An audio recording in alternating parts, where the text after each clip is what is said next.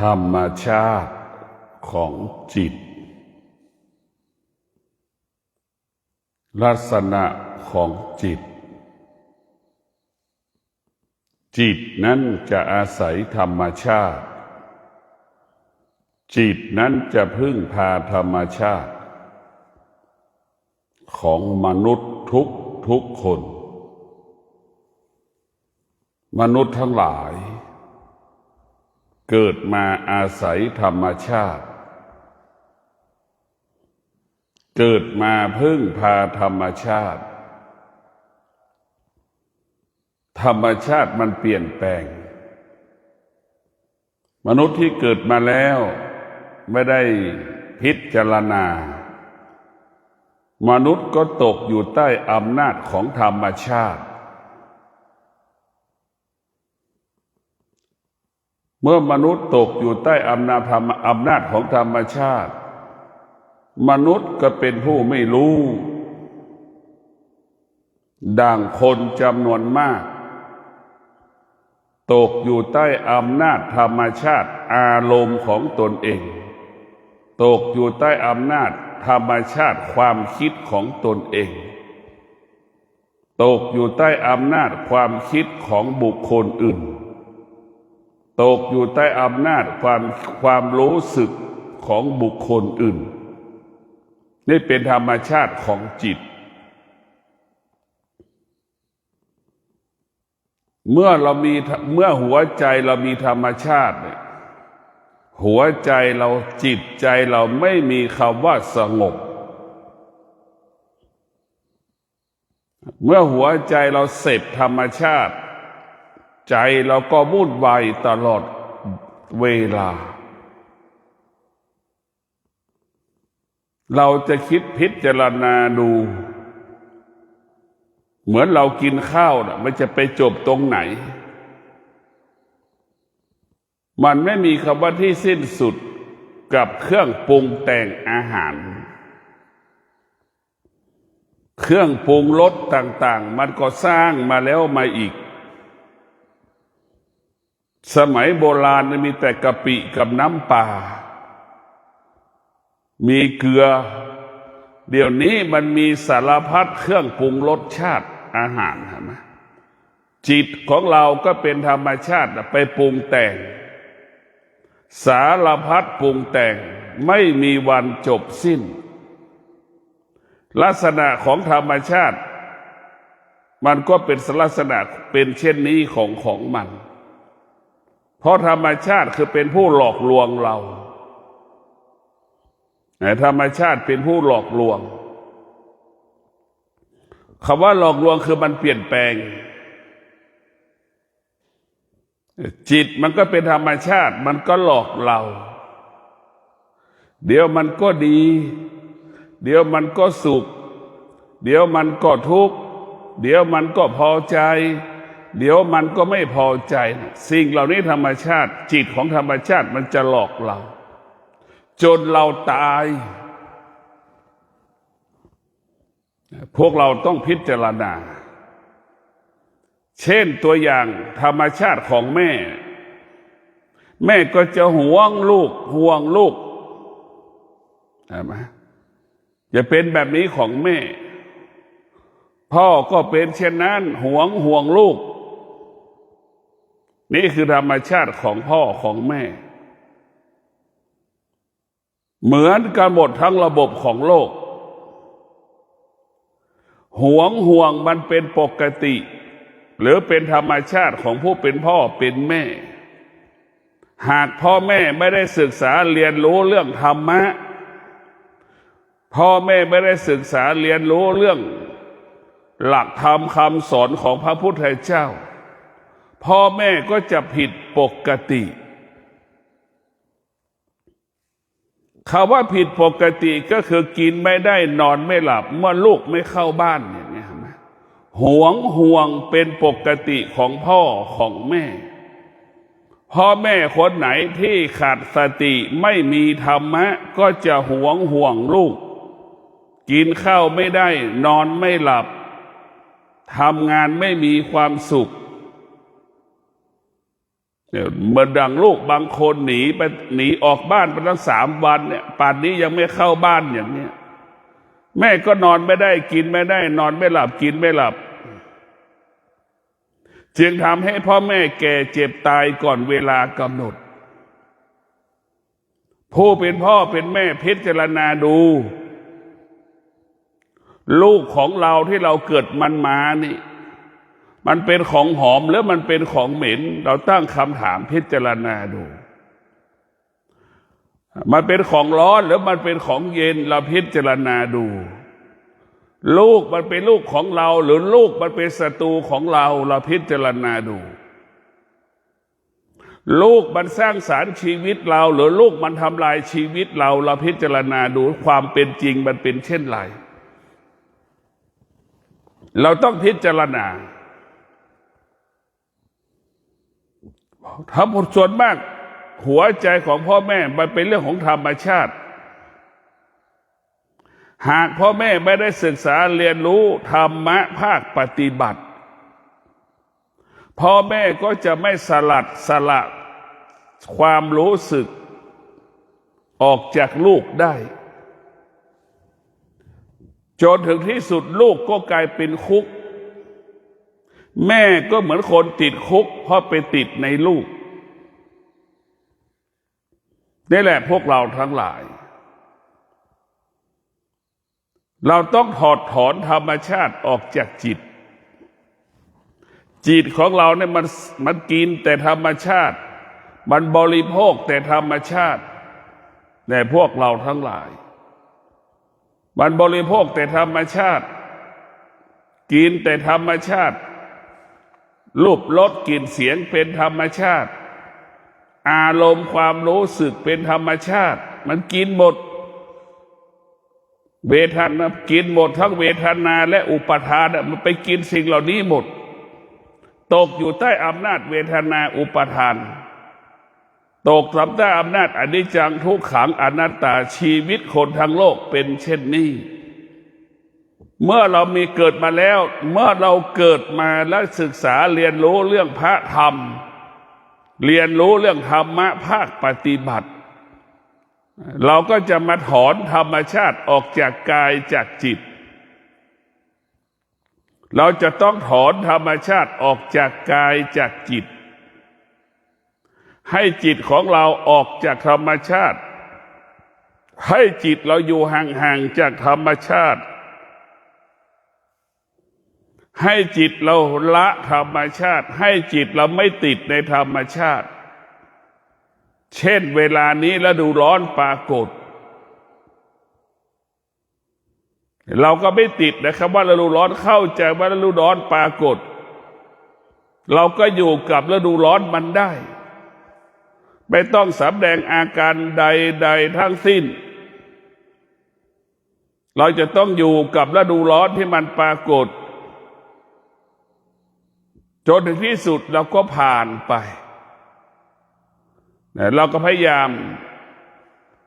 ถ้าเราขาดสติ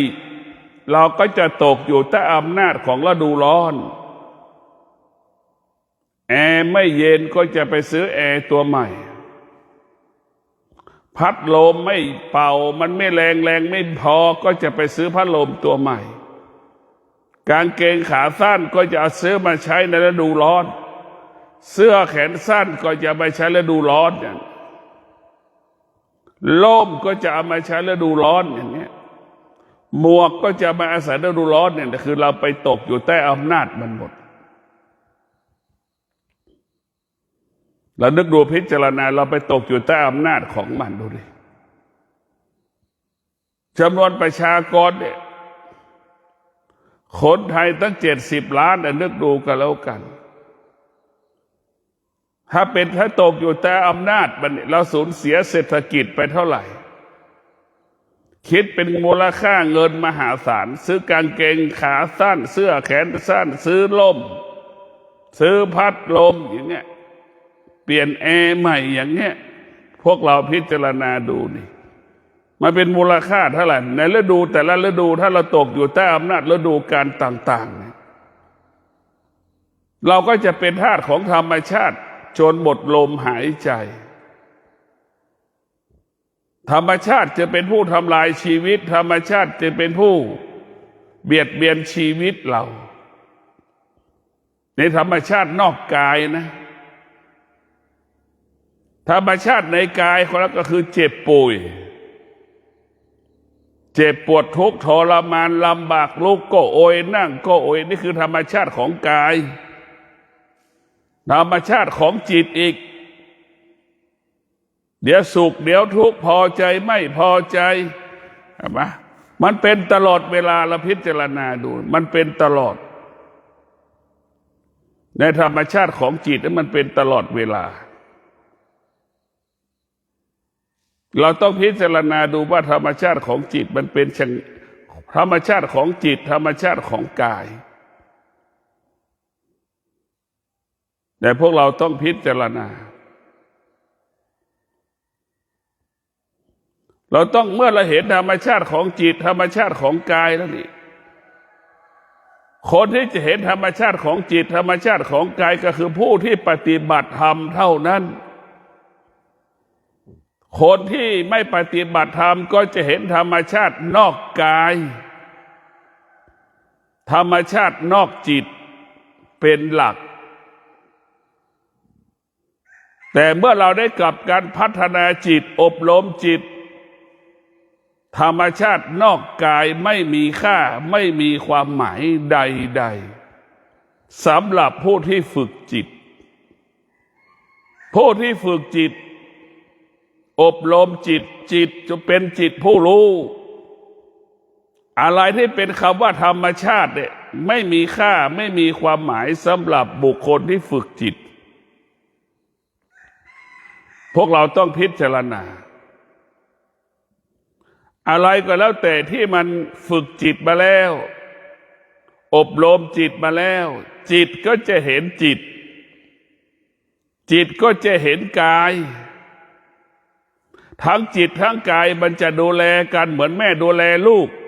เหมือนลูกดูแลแม่กายกับจิตก็เป็นเช่นนั้น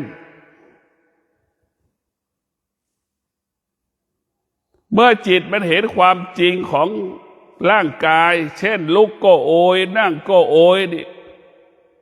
ลุกยากนั่งยากนี่คือจิตมันจะเห็นธรรมชาติของกายนี่คือหลักของธรรมะภาคปฏิบัติให้เราเห็นกายเห็นความจริงของความจริงพอจะได้เห็นความจริงของความจริงที่มันเกิดขึ้นในกายเรานี่แหละแต่ส่วนมากคนขาดสติคนที่ไม่ได้ฝึกจิตคนขาดปัญญาจึงเห็นธรรมชาติของนอกกายเป็นหลัก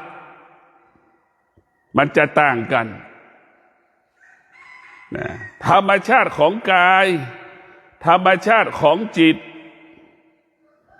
เมื่อจิตนั้นได้เป็นจิตผู้รู้จิตก็จะไม่ตกอยู่ใต้อารมณ์ของตนเองไม่ตกอยู่ใต้อำนาจความคิดของตนเองไม่ตกอยู่ใต้ความรู้สึกของตนเองและไม่ตกอยู่ใต้ความรู้สึกบุคคลอื่นอำนาจของบุคคลอื่นนี่คือจิตมันจะอยู่เหนือตนเองและจะอยู่เหนือคนอื่นนี่คืออำนาจจิตที่มันเป็นผู้รู้เมื่อจิตมันเป็นผู้รู้มันก็จะอยู่เหนือสิ่งที่เรารู้เมื่อจิตเราเป็นผู้รู้จิตเราก็ละสิ่งที่เรารู้เมื่อจิตเราเป็นผู้รู้จิตมันก็รู้สิ่งที่เป็นธรรมชาติก็คืออนิจจังทุกขังอนัตตาจิตเมื่อมันจิตผู้รู้จิตมันจึงละเวทนาและอุปาทาน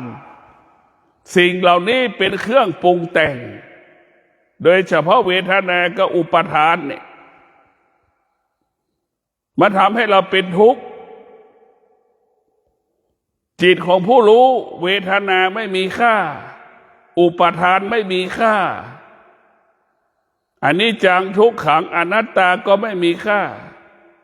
เพราะเรารู้ว่าความจริงมันเป็นเช่นนี้จิตมันรู้ความจริงมันจึงอยู่เหนือความจริงอยู่เหนือความจริงก็คืออยู่เหนือจิต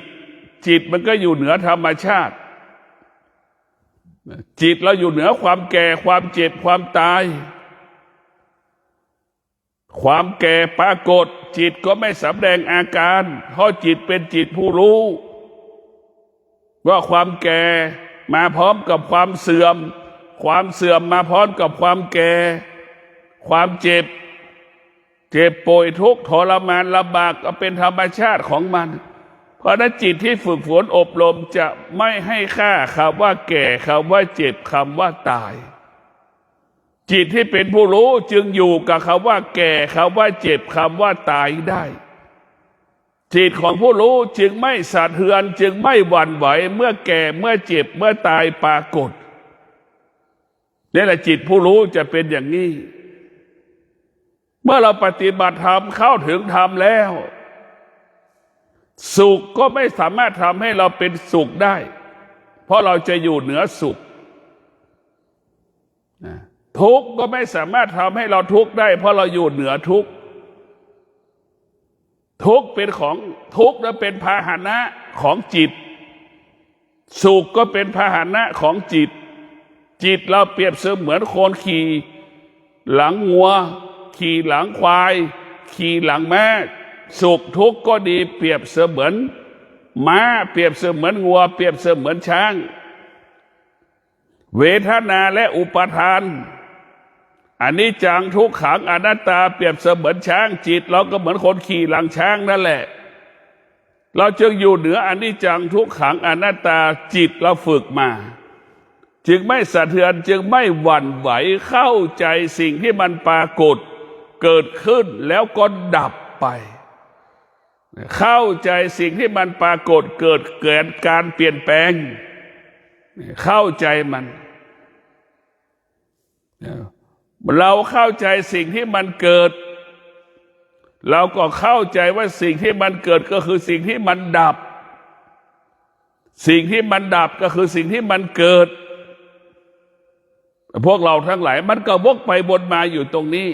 เมื่อเรารู้แล้ว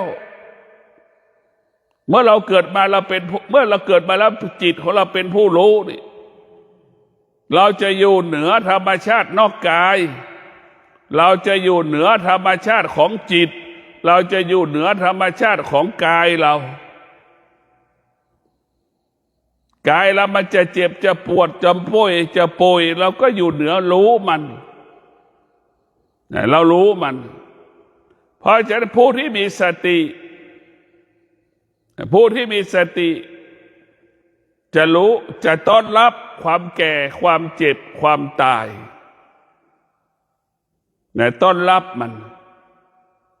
แล้วก็อยู่กับความแก่ความเจ็บความตาย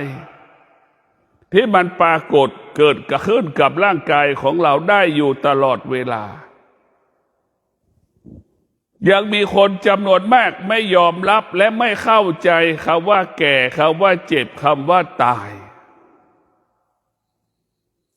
พวกเราทั้งหลายมีคนอีกจำนวนมาก 90% ของคนทั้งโลกแต่ไม่ยอมรับคำว่าแก่คำว่าเจ็บคำว่าตายบุคคลที่เป็นจิตของผู้รู้บุคคลผู้นี้ก็จะอยู่กับความแก่ความเจ็บความตายเห็นความตายเป็นของธรรมดาเห็นความแก่เป็นของธรรมดาเห็นความเจ็บเป็นของธรรมดามันไม่เที่ยงทั้งสิ้นแต่สิ่งเหล่านี้มันไม่เที่ยงนะพวกเราทั้งหลายมันเข้าใจว่าสิ่งเหล่านี้มันไม่เที่ยงเมื่อเราเกิดมาแล้วพวกเราเมื่อเราเกิดมาเราได้มาพบคำสอนพระพุทธเจ้าได้แก่คำว่าตนแลเป็นที่พึ่งแห่งตนเนี่ยอันนี้เราต้องพิจารณาเราก็สังเกตได้เวลาเจ็บใครเจ็บเราเจ็บพ่อแม่สามีภรรยาลูกปู่ย่าตายายก็ไม่สามารถเจ็บทดแทนเราได้เราแก่ก็ไม่มีใครมาทดแทนมารับภาระความแก่เราได้ มาชดใช้ความแก่ให้เราได้มาแลกเปลี่ยนความแก่เราได้แต่พวกเราทั้งหลายความแก่ไปขายให้ใครใครก็ไม่ซื้อความแก่ของมนุษย์นี่มันหมดค่ายังสู้ความแก่ของมะพร้าวไม่ได้สู้ความแก่ของผลไม้ไม่ได้แต่พวกเราทั้งหลายคนเราแก่ยิ่งหมดค่าไม่มีค่าใบไม้ยังมีค่ามากกว่าหมาแก่ยังมีค่ากว่าตายแล้วก็ยังเป็นปุ๋ยให้กับเราอยู่แต่พวกเราทั้งหลายแก่คนแก่ไม่มีค่าถ้าคนแก่นั้นไม่มีธรรมะยิ่งไม่มีค่าหมดค่ากันเป็นมนุษย์คนแก่ที่ไม่มีธรรมะเนี่ยยิ่งไม่มีค่าเลยพวกเราทั้งหลายใบไม้ยังมีค่ามากกว่าคนแก่พวกเราพิจารณาดูมนุษย์ตายก็ไม่มีค่ามีแต่คนกลัวหลบหลีกหนีไม่อยากอยู่ใกล้คนที่ตายไม่มีใครจะเก็บไปฝังอีกหมาตายไก่ตายเอาไปฝัง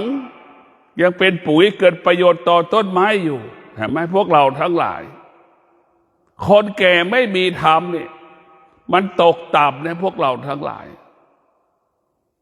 ดูใบไม้ที่มันแห้งมันแก่ร่วงลงมาเป็นปุ๋ยต่อเป็นประโยชน์แต่เราแก่แล้วมันเน่ามีเน่ามันเหม็นไม่มีใครอยากอยู่ใกล้ไม่อยากใครเห็นศพคนที่ตายเห็นไหมพวกเราต้องพิจารณาหัวใจของคนที่ฝึกจิตอบรมจิตนั้นจึงรู้เลยว่าแก่ที่มีธรรมะแก่ด้วยสติแก่ด้วยปัญญาจะมีคุณค่าดั่งใบไม้ที่มันร่วงเป็นประโยชน์เกิดประโยชน์ต่อต้นไม้ด้วยกันคนแก่ที่มีธรรมก็เป็นประโยชน์เกิดประโยชน์ต่อมนุษย์ด้วยกันดั่งพระพุทธเจ้าดั่งหลวงปู่มั่นเนี่ยไหมแก่ด้วยธรรมแล้วก็ตายด้วยธรรมเพื่อไปกระตายก็ยังเป็นประโยชน์เกิดประโยชน์ต่อผู้ที่มีชีวิตอยู่เหมือนคนจำนวนมากเดินตามรอยพระพุทธเจ้าเดินตามรอยหลวงปู่มั่นนี่แหละพวกเราทั้งหลายแก่จึงเป็นต้นแบบแก่จึงเป็นตัวอย่างตายก็เป็นต้นแบบตายก็เป็นตัวอย่างบุคคลที่แก่ด้วยธรรมพวกเราถ้าแก่ด้วยธรรมได้เป็นตัวอย่างหลวงปู่มั่นเป็นพระกรรมฐานตัวอย่างเป็นพระวิปัสสนาตัวอย่างเป็นพระวัดป่าตัวอย่างนี่แหละแก่ด้วยธรรมตายด้วยธรรมมันจึงมีค่ามีความหมายมีราคาแต่พวกเราทั้งหลายหลวงปู่โตวัดละฆังเห็นไหมไม่มีใครเห็นหลวงปู่โตทุกคนก็ยังพูดถึงหลวงปู่โตหลวงปู่ทวดก็ไม่มีใครเห็นก็ยังพูดถึงอยู่เวลานี้ก็ไม่ใครเห็นครูบาศรีวิชัยก็ยังพูดกันอยู่เพราะอะไรพูดที่เราพูดถึงเพราะธรรมพ่อแม่ครูบาอาจารย์ที่อุดมสมบูรณ์ไปด้วยธรรมนี่แหละเราจึงคิดถึงธรรมที่มีอยู่ในร่างกายของท่านเพราะฉะนั้นพวกเราทั้งหลายเราพิจารณาดูแก่ของใบไม้มันยังเป็นประโยชน์ต่อลำต้นเป็นประโยชน์ต่อตนเองอยู่ไอ้คนแก่ไม่มีธรรมะเนี่ยมันไม่เป็นประโยชน์สำหรับลูกนี่แหละคือพวกเราต้องพิจารณามันไม่เป็นประโยชน์สำหรับลูกไม่เกิดประโยชน์สำหรับลูกลูกไม่พร้อมที่จะดูแลตั้งแต่เจ็บไม่อยากดูเผาพ่อเผาแม่ตั้งแต่ตายไม่อยากไปยุ่งเห็นไหมเนี่ยแก่ที่มันไม่มีธรรมะเนี่ยมันเป็นแก่เหมือนของเน่าของเหม็นแก่ไม่มีธรรมะก็เหมือนของร้อนไม่มีลูกหลานลูกไม่อยากอยู่ใกล้พวกเราต้องพิจารณาเรื่องความแก่เราจะต้องให้ชีวิตของเราต้องประกอบไปด้วยธรรมนะ ธรรมะก็คือตนแลเป็นที่พึ่งแห่งตนเราไม่ต้องไปอาศัยสิ่งใดสิ่งหนึ่งสุขก็เกิดจากตัวเราทุกข์ก็เกิดจากตัวเราเราต้องแก้ด้วยตัวเราเองสุขแล้วก็ไม่ต้องไปอาศัยสิ่งอื่นๆทุกข์เราไม่ต้องไปอาศัยคนอื่นมาแก้ให้เราก็ต้องแก้ด้วยตัวเราเองตนแลเป็นที่พึ่งแห่งตนนี่แหละเป็นหัวใจสำคัญนะพวกเราทั้งหลายตนแลเป็นที่พึ่งแห่งตนเป็นหัวใจสำคัญหลักธรรมคำสอนของพระพุทธเจ้าเป็นหลักธรรมคำสอนของพระพุทธเจ้ายิ่งใหญ่ที่สุดจึงฝากให้พวกเราได้พิจารณาหลักธรรมคำสอนพุทธเจ้านี่มันเป็นที่พึ่งของเราได้ทุกตลอดเวลาธรรมะของพุทธเจ้ามันอยู่ที่กายของเรานี่แหละร่างกายของเราแหละคือเป็นพระไตรปิฎกจิตของเรานี่แหละคนอ่านพระไตรปิฎกเนี่ยพวกเราทั้งหลายเราต้องพิจารณาร่างกายของเราเนี่ยเป็นผู้ทำลายเราเองจิตของเราก็เป็นผู้ทำลายเราเองแต่พวกเราทั้งหลายทั้งกายทั้งจิตมันจะเป็นโจรก็อยู่ที่กายกับจิตจะเป็นพระพุทธเจ้าก็อยู่ที่กายกับจิตพวกเราทั้งหลายพิจารณาดูเราจะทำยังไงให้กายกับจิตอาศัยธรรมเราจะเป็นต้องถอนธรรมชาติออกจากจิตเราให้หมดเพราะธรรมชาติมันหลอกเรามาตลอด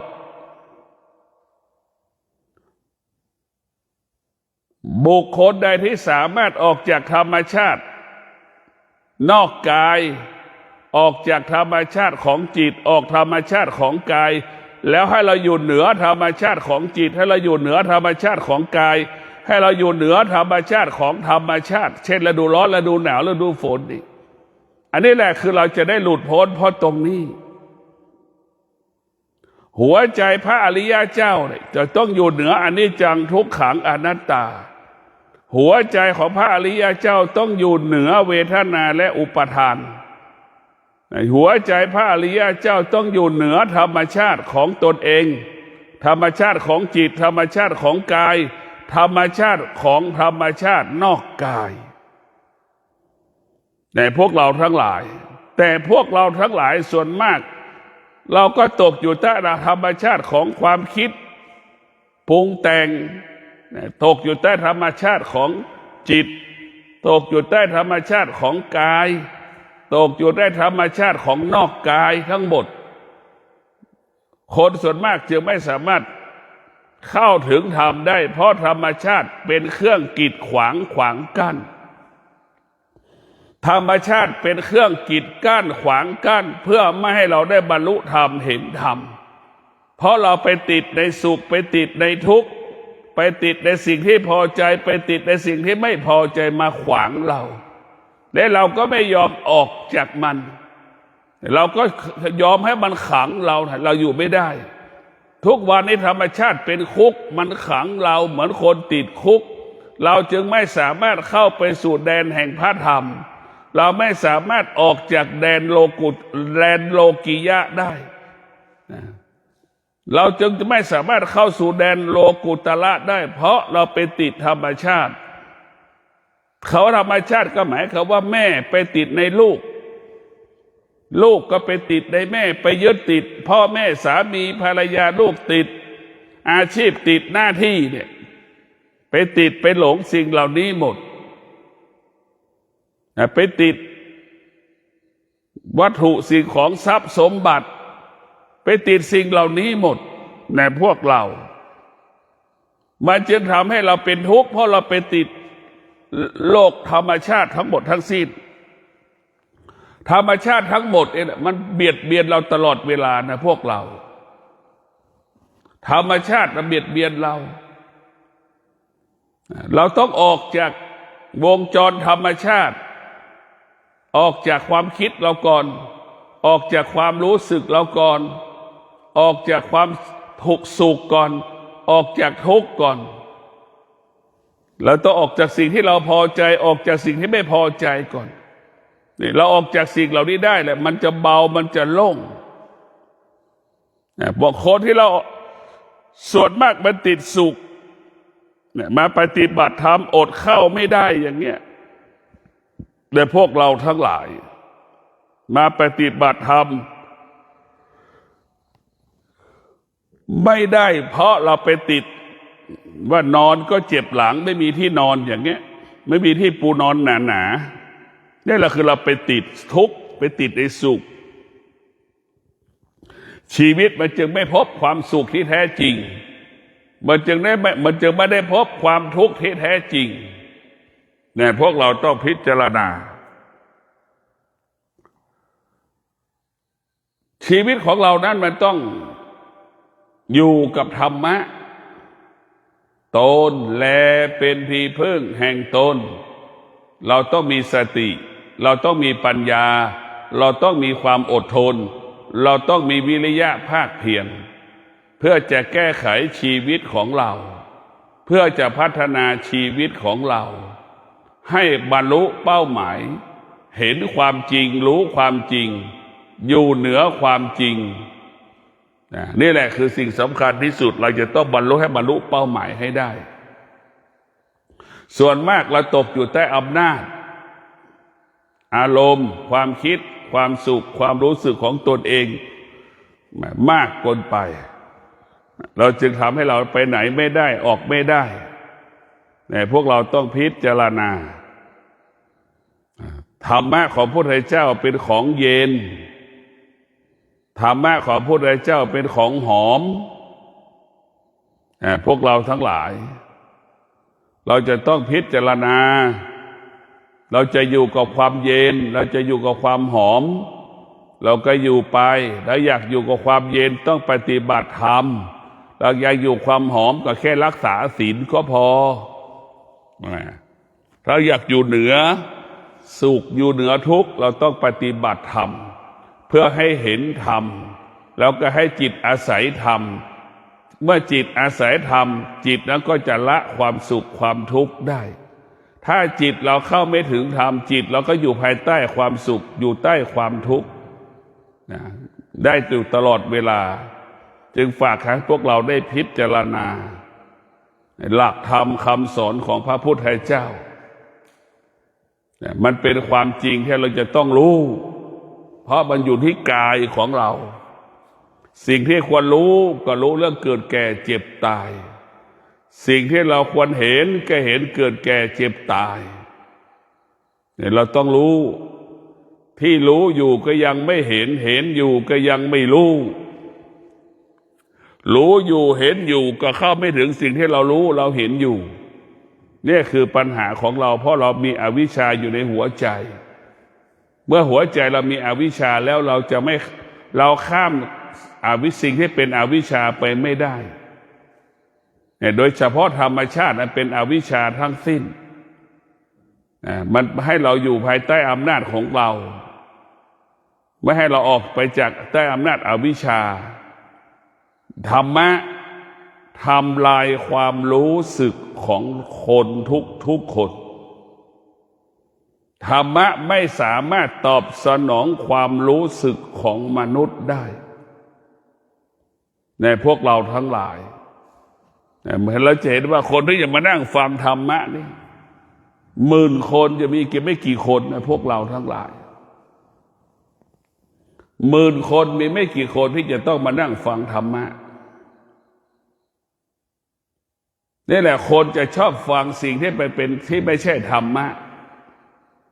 มันจะไปฟังกิเลสเสียงกิเลสมันมีความสุข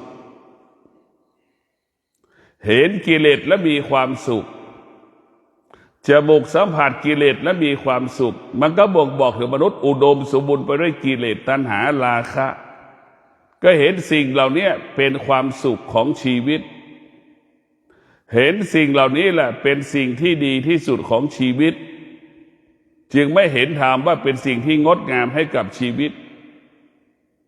จึงไม่ได้เห็นแสงพระอาทิตย์งดงามไม่ได้เห็นแสงจันทร์งดงามดังพระธรรมเนี่ยไม่มี